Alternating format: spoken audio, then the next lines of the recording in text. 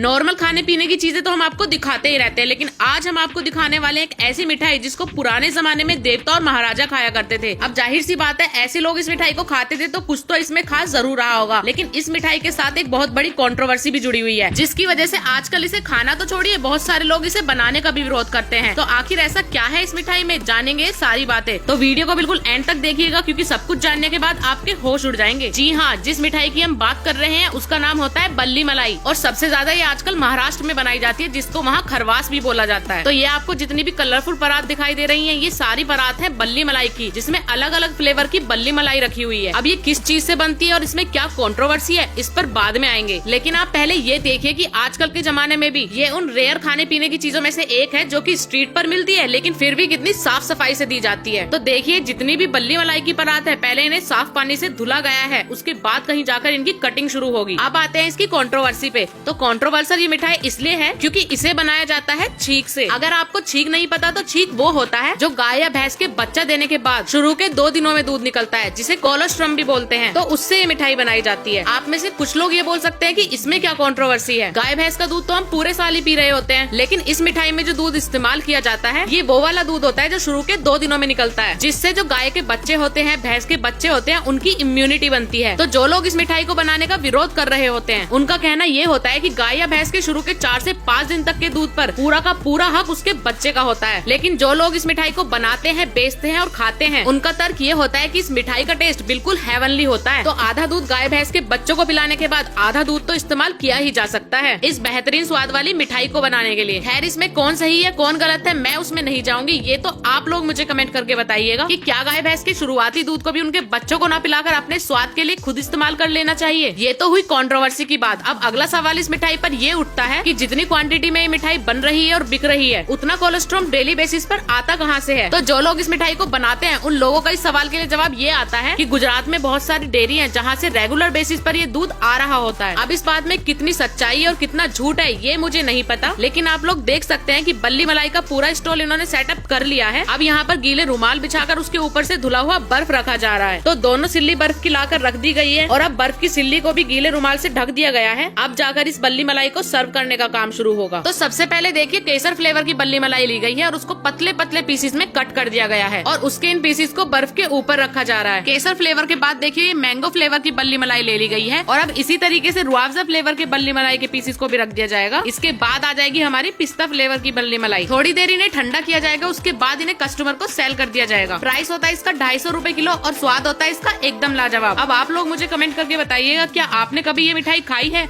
और अगर नहीं तो क्या आप इस मिठाई को खाना चाहेंगे। वीडियो अगर पसंद आई हो तो उसको लाइक और शेयर करना बिल्कुल ना भूलें और ऐसी और वीडियोस देखने के लिए मेरे पेज को फॉलो करें।